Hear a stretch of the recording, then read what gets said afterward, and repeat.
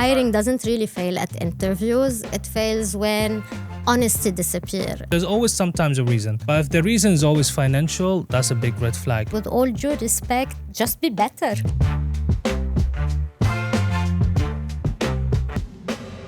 Welcome to the second episode of Season 1 of With All Due Respect. Now, before we dive in, I wanted to take a moment to explain why we created the podcast and how are we planning to structure it. So we've received a lot of feedback after our first episode. Some people really loved it and couldn't wait for the second one. Others felt uncomfortable, and some even felt like they were attacked or personally attacked. And they had the urge to indirectly defend themselves, which was quite entertaining, to be honest.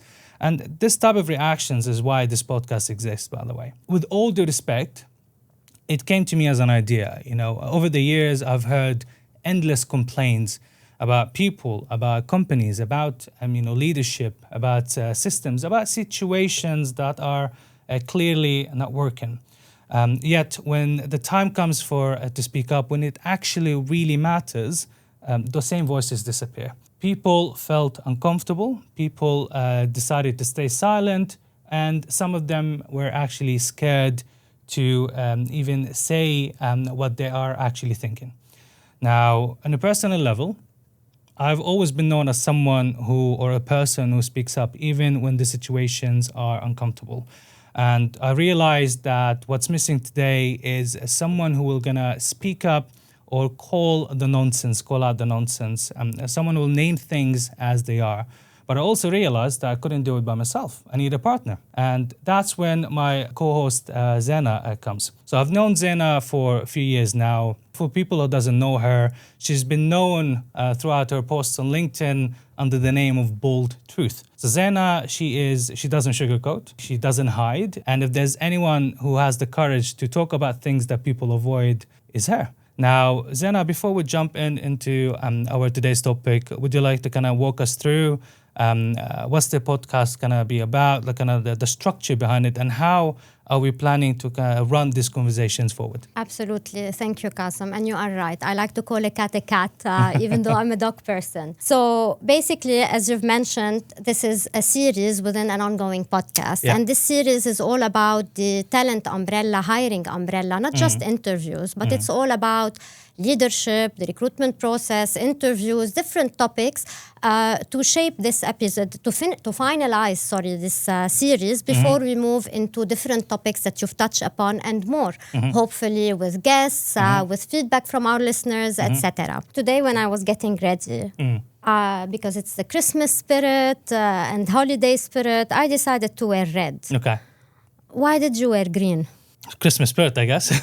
Are you sure? No, I actually followed our logo color. So today is about red flags. Oh, that's why you're wearing red. I'm the walking, talking red flag today, and you're the Grinch or the little elf, Kassem. I mean, let's call it green flags then. I don't want to be called the Grinch here, but okay. Thank you.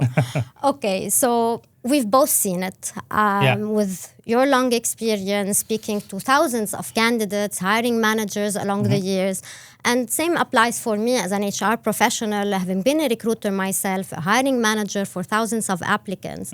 I can say we've seen the different colors of the rainbow and the different shades of red, green, amber, and everything in between. So Kass today will be focusing from the recruiter lens, looking at hiring managers, red flags in hiring managers, candidates, and other things you would like to highlight, while I'll be taking the hiring manager hat, focusing on red flags in recruiters and in candidates. Okay. Hiring doesn't really fail at interviews. It fails when honesty disappears. And red flags are usually not very loud in nature. They are repetitive, and usually the market remembers certain behaviors and traits long after the interview has passed, whether you've got the job or not. So this is where I wanted to say that it's the same system. It's different seats, regardless where you sit in that process. But it is, at the end of the day, the same process. And then, as you said, it's not to blame or shame anyone. It's about making the right decisions, quality decisions moving forward, and hopefully making a shift. Okay. Well, I mean, the previous episode, I was actually throwing some recruiters under the bus. This time, I'm kind of defending them. I want to start by calling or naming out those red flags. Now, first thing I'll be talking about the companies or hiring managers, right? I actually wrote a lot of bullet points, and I think I might miss some here and there, but I'll let our listeners kind of later on decide or even let us know what we missed, right? So the first bullet points I had is unrealistic expectations. Do you know what that means? And this I'm talking to you as a hiring manager for someone who was in that seat before, right? Okay. So you're speaking about expectations hiring managers give that are unrealistic, like certain traits, qualities, experiences. Yes, exactly. So you work in HR, they want someone in HR who does finance, who does procurement all in one, for example. And they want the certain nationality, as well. I think we mentioned that previously. Isn't that off-putting and racist, so to speak? I mean, this is why I'm saying, that's why we're calling it as a red flag, right? Now, if we want to talk about number 2 is the budget mismatch. And what I mean by that, imagine they're asking me, we are looking for, and that happened, by the way, we're looking for a finance director. Yeah. Well, based on your experience, what does a finance director get paid nowadays? Well, it depends on the industry, Qasim. It depends on the scope of the company, how big it is, regional. A director. Is it one country, multi-country? One country. Just throw a number. Maybe 50, 60, but that depends on the benefits as well, no? Great. So now that company, they said, we need an exceptional candidate for a 30K salary. Wow. A director with 15 plus years of experience. So this is what I'm talking about by budget mismatch. And this is, for me, one of the biggest flag. That means either the company doesn't have the money to pay or they don't really respect, I would say, candidates. Or they want to hire a potato. Probably, yeah, that too. Also mentioned the nationality bias, and that's, I guess, and I believe you mentioned it in the previous episode, where sometimes they want someone who looks like a British national. I'm not talking about just a British in general, a Western, right? But then with the salary of someone who is from Southeast Asia, for example. But let me interrupt you here. At the end of the day, oh my God, I keep saying that word. Basically, it depends on the country you are at. Of course, if you're moving to Oman or Bahrain or Kuwait, Saudi, UAE, focusing on the Middle East, each country has its own salary scale, its own cost of living, its own premium to want to be there. So it can all differ. So you cannot look at it from a lens that if I'm bringing someone from X country who in that country it's a low cost of living, that I should give them a peanuts of an increase and bring them to live in Dubai per se. Am I right? 100%. And that's also, it will take me to my third or fourth bullet point, where sometimes those organizations, those companies, or even the hiring managers or that internal recruiters, right? They treat us as a CV, manufacturer. So what we do, we send them those CVs, and that's it. If I come, for example, I'm going to give them my advice and tell them, this is, I guess we need to avoid this. We need to either increase the budget. That's what you're looking for is not available in the market. We need to compromise on certain things. They tell us, or sometimes they tell me, don't worry, just send us what we're asking for. And this, for me, is a huge red flag. They don't treat us as their advisors, which what we are hired to do eventually. Now, another bullet points here, Zena, is not knowing what they want. Do you know what that means? I lived it for over 2 decades, multiple times. 100%. And what happened is they give me a brief. I get a brief from the client, tell me, I want X, Y, Z. Do you know how much you can pay for it? No. Okay. So do you know exactly what you're looking for? No, speak to candidates and give us your comments. Let us know what they do. But then if I do all of that, then that role disappears. Yes, and at the end of the day as well, when someone asks you for finance, finance is multiple functions. HR is multiple functions, supply chain, etc. If you don't really get the specific experiences, working for demand or supply or whatever it is about the context of the role, you're not going to be able to find the right candidates, and then it's going to be a mismatch. So it's about clearly understanding, because recruiters are not gurus of every single job, basically. They need to understand technical skills and abilities. Then they can look at the candidates who match that and understand, look at the behaviors, the interpersonal skills, etc., etc. Do you know what I also think? I think they use that as an excuse for window shopping to build their pipeline. They use us to take our time, and then what we do, we give them all this candidate, we give them this market map, and then they disappear. And that takes me to the next bullet point, is ghosting. Yes, and it's poor leadership because internally they are not aligned, whether HR or with the CEO or with the hiring manager or with the higher area, region, global. However the setup is, they are not aligned by themselves to start with. And sometimes they do the window shopping and go back to the internal candidate. Yeah. You know what really hit me as well? This bullet points, it's very personal. I always take it personal. It's close to your heart. Yeah. Is when I approach those hiring managers or this talent acquisition directors over LinkedIn, over message, or WhatsApp, over email, they do not respond to you. Or sometimes they respond to you and tell you, we don't use agencies, while I know they're probably working with 5 others. So first of all, why lying? Why lie? Why telling me I don't use agencies? Be very professional. We could part as professional, but when you tell me I'm happy with my let's say a pipeline or a PSL, I don't want to use any other agencies, etc., then it's fine. We could still build that relationship, right? However, now also, if they don't respond and they read my message, I'm like, last time we were talking about recruiters ghosting those candidates, but today I'm also talking about those hiring managers who's ghosting recruiters. Absolutely. And you've touched upon something when they are dealing with multiple agencies around the same role. Those agencies are going to connect predominantly with many of the same candidates. What image is the company really giving to candidates? If I'm a candidate and 2 or 3 agencies, and this happened to me along my career, connect with me for the same job. I mean, yes, there is the ethical perspective. I go with the headhunter who contacted me first, but I also reflect on, is this company even serious? Look, I touch point now on the red flags I see. However, I might have missed some things, right? Now, but what I want to hear, Zena, from your point of view, as someone sitting in a hiring manager's seat, right? What is the red flag you see now, red flags you see in recruiters or the internal talent acquisition team? I will be speaking about our things that I've witnessed, I've seen, I've coached upon, tried to correct overall. As a hiring manager and internal recruiters, before I start shooting at headhunters, with all due respect, even within the same company, if a hiring manager is giving a very rigid requirement, I don't personally believe a lot in job descriptions per se, because you never take a job and stick to the dot of it. But there are basically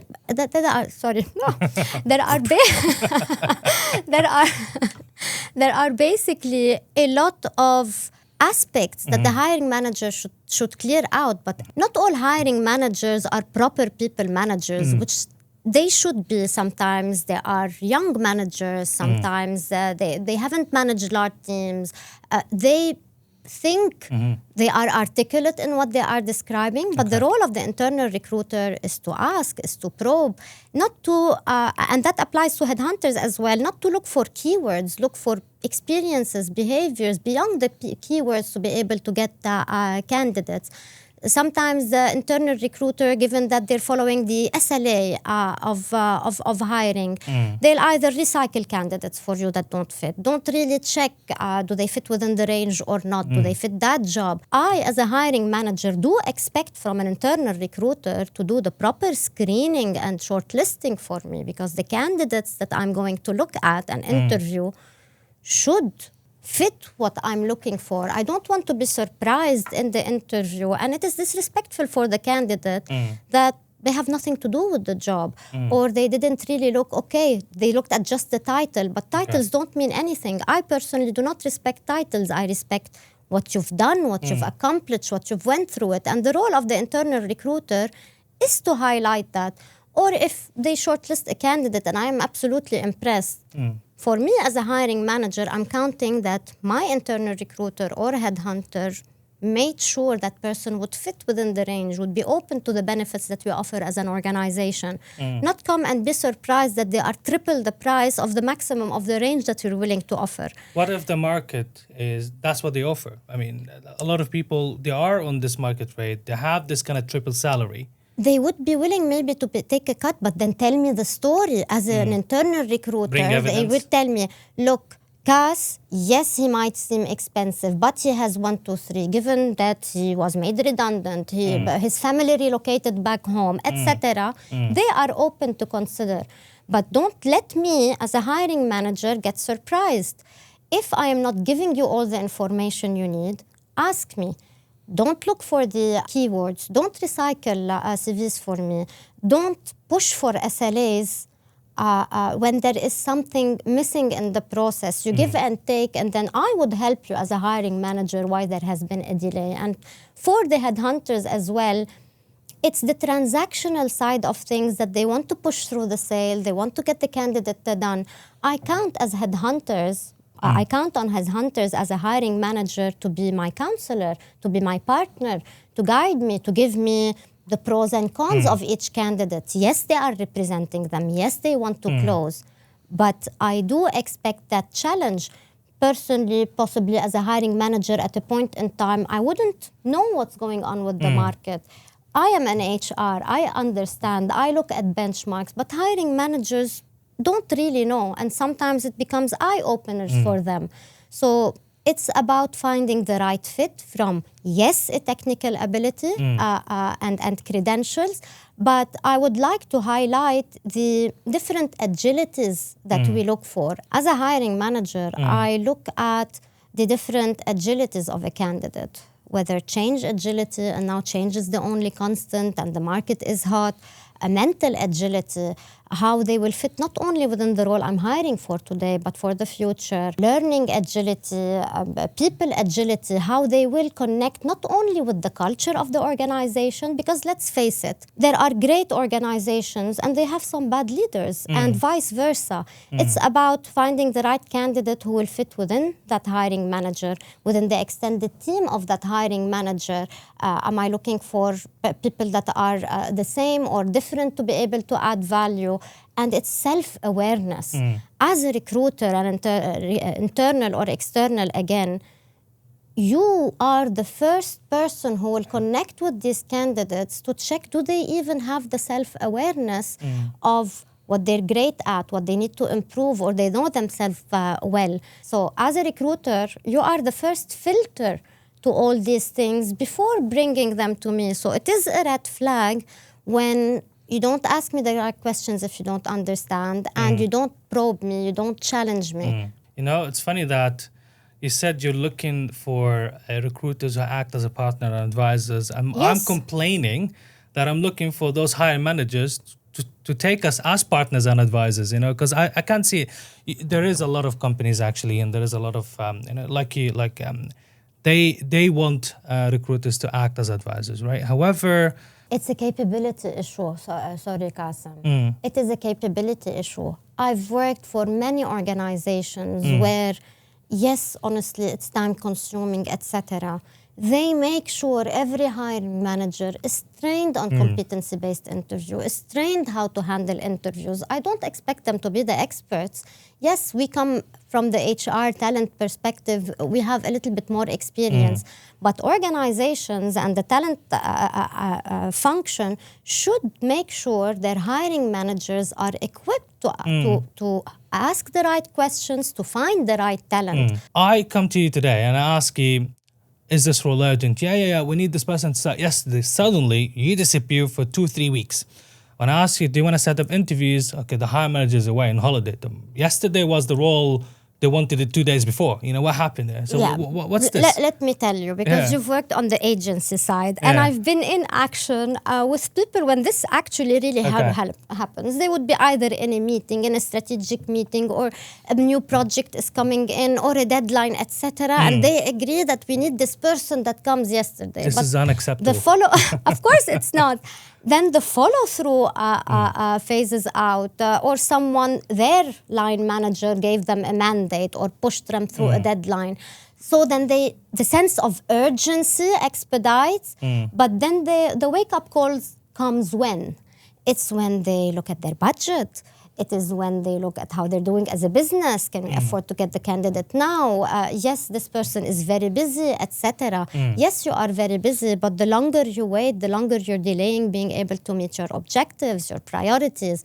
And it is, again, under the same bucket of the HR and the recruiter and the hiring manager and the one before them and above them and finance with the tight budgets, etc. Clear that up. And then move forward.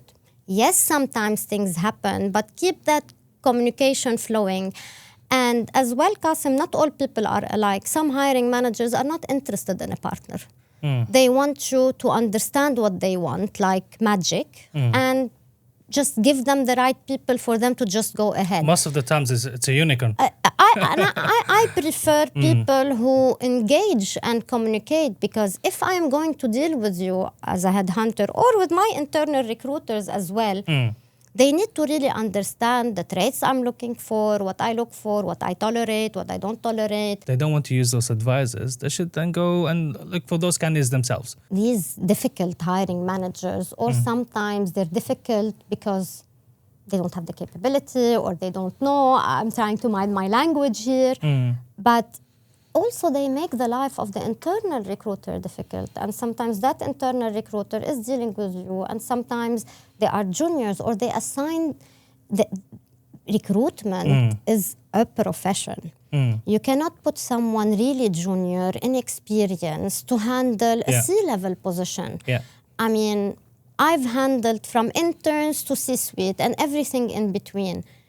Each role or setup or experience require a different skill set to be able to approach that. What is happening is that you have a lot of recruiters that call themselves recruiters, and same for headhunters. But it's about upskilling yourself. It's about learning and managing. But isn't the HR's job as well, like, correct me if I'm wrong, right? Yes. Part of HR's responsibilities is to create this job specs for each position internally, right?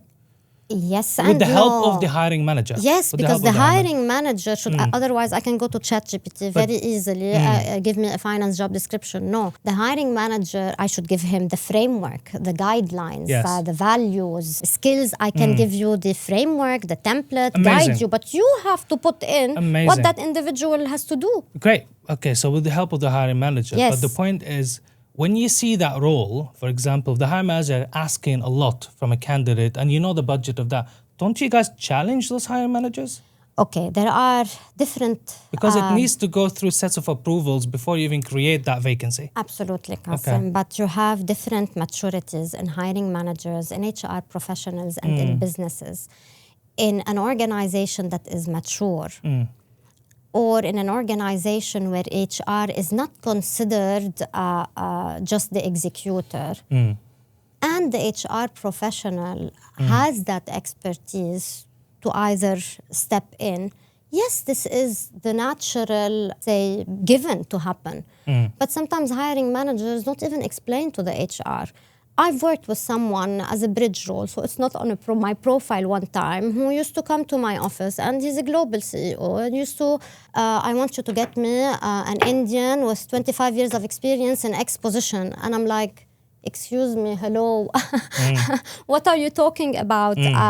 In what exactly? Comparing to who? Replacing who? Do we have this role? Is it in the budget? And I personally refused to give him one nationality.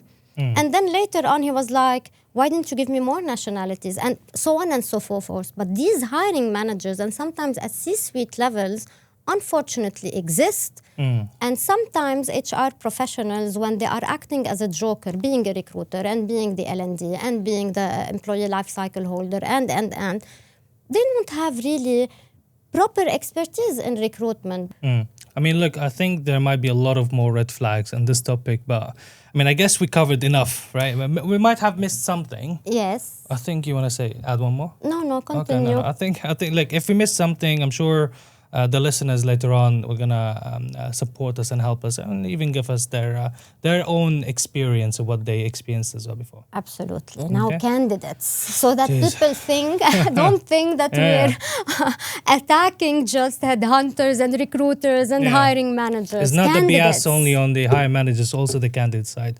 Like the first point, actually, I want to mention it. It comes with a story, right?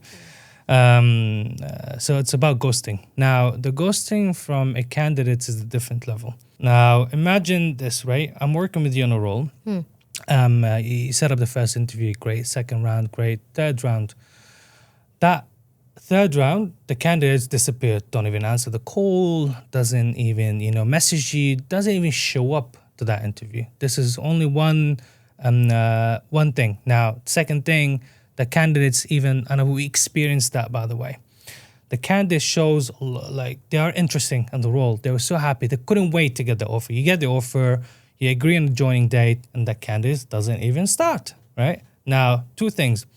Third thing, and this is, I experienced it myself recently, and that's the funny part. I called the candidate and I messaged the candidate, said, look, I have a job for you, X, Y, and Z. The candidate is very senior in the market. I was like, great, I'm interested. This is my CV.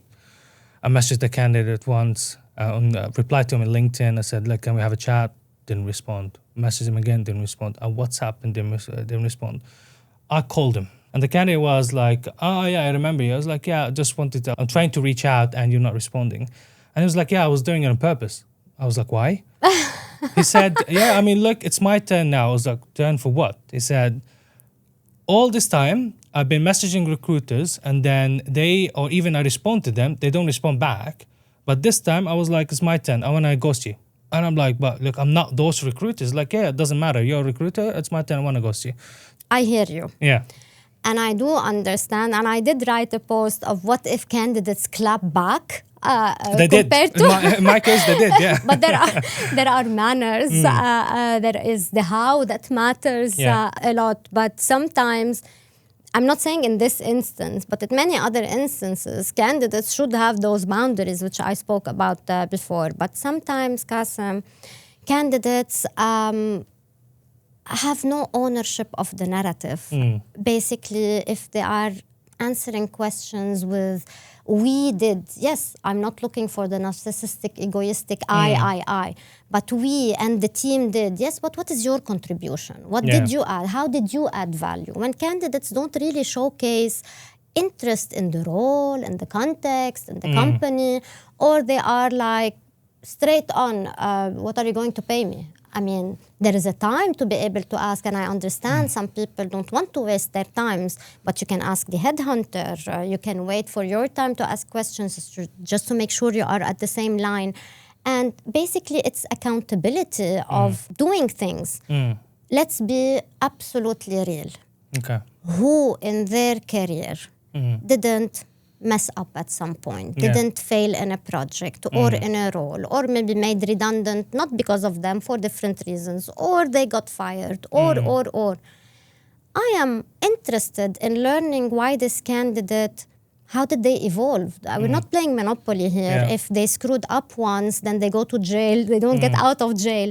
Everyone deserves a second, third chance, etc. Everyone makes mistakes. Sometimes we wake up at the wrong side of the bed, or someone is going through a lot, a father that is sick, a partner that is dead. Whatever it is, people do deserve a second chance, but what you're interested to see in candidates, and sometimes you don't see, is their ownership. And hiring managers not trained to ask relevant questions. If you ask, let's say, a C-level head of HR, have you managed a budget before? I mean, how is the person supposed to answer? And it happened to me once. I'm like, open-ended questions, go deeper, have a conversation.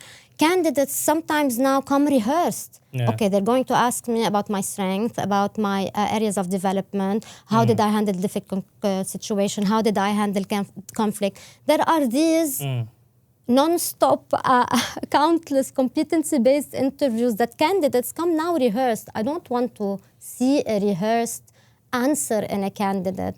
I want to see how real is that candidate, how they are evolving, how self-aware they are. And sometimes you don't really see that. And I'll give you another simple example. If you are hiring for a shared services role, yes, there is a trajectory for people who work in managed services concept, but these people are required to do the same job every day, follow a specific process, and it's a cycle that is ongoing, on and on. I cannot look at people and expect that they want to be a CEO tomorrow and hire them for that job. You have to look at people who are willing or open, or given what they're going through in their life, are open to that. But so candidates have to have that give and take. They have to have the expectations ready. And let's not start talking about the candidates who are just so desperate that want to take any job, not because of the job or the company or sense of purpose, or they stalk you. How many stalkers do you have? Now, let me add the other red flag I see as well. When a candidate tells me, if I ask him, are you interested in this role, right? Or would you like me to put you forward? I'm like, let me see. That's his answer, let me see. Or if I'm dealing with Saudis, right? They'll tell me, inshallah. Inshallah what? I mean, inshallah, for me as an Arab, whenever I say inshallah, it means, okay, it's not going to happen. Exactly. So this is, for me, the second red flag I see in the candidate. If someone tells me, let me see, or inshallah, I know this person is not committed to the process. So again, I remove him. Even though my job is to give them as much brief as possible and explain them and tell them, this is what will happen if I put you forward. That's what you're going to be expecting from a client side. But then if you're happy with what you hear, then let's go ahead. If you tell me, let me see, or inshallah, means you won't do shopping again. And this is, for me, is the biggest red flag. Even if today they are not looking for a role, at some point along their career, they are going to be looking for a role. Will you remember them if they behave this way? Absolutely not. And sometimes, even if you're interacting with a candidate and this specific role doesn't open, you will remember them later. It happened to me once that I was offered 3 times over a period of 15 years, and then I've joined an organization. People remember you, remember an impact you've made, or maybe you rejected an offer. Again, Kass, and you said it in the other episode, it's all about manners. It's all about the impact you leave from a behavioral perspective, regardless if you hire this person for this role or not. So candidates, maybe they are now flying. One day, maybe their company will restructure. Maybe something would happen. Would you be willing to give them a second chance, or how? I mean, we'll always give a second chance. And actually, it gives me to my next point, where sometimes the candidate, there's always reasons behind certain things. Either you're jumping, your profile is a big jumper. You ask, why are you jumping? Why did you leave this role in 6 months, etc. There's always sometimes a reason. But if the reason is always financial, that's a big red flag. If someone, for example, again, when I asked them what's your current salary, and their salary is way lower than the market rate, again, there sometimes could be a reason behind it. But if the candidate response to me is, I'm happy, it's fine, the company is good. For me, this is a candidate, he will never speak up, one. And this candidate will never be in a high position in life where they can take control or even build something. And this is, again, this is my own point of view. But sometimes, look, red flags are also relative, Qasim, because in the past, people who used to have a gap in their CV, it was considered one of the biggest red flag. Yeah. I mean, today, people take sabbaticals, people go back to take care of family back home, or.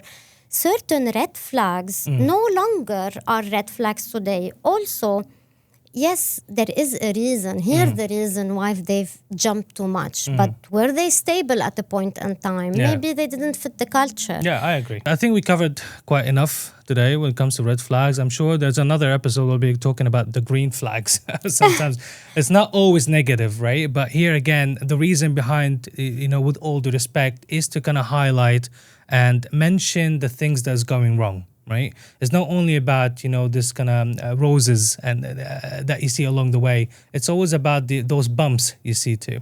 I would like to ask you a question. Here you go. If any person sitting in this process needed to change one trait today to make a difference so that the hiring doesn't continue to recline over the next 5 years, what would it be? And what is your advice? Okay, that's actually a very good question, Zena. I would say hiring managers should be always willing to kind of compromise on certain things, should be always be open for an advice that if a recruiter or an HR internal talent acquisition wants to give them, it's not against them. It's always going to support and enhance the process. Candidates should always accept constructive criticism and never take this, no matter what is the criticism is, don't take it personally. Also, what I would say, like, if you're having an interview or anything, just have a normal conversation. Don't act like robots. You know, it's in order to keep the flow going for people to like you, because 50% of the interview is about your personality. Professional chemistry, absolutely. 100%. Now, Zena, what kind of advice would you think we should give to people at this point?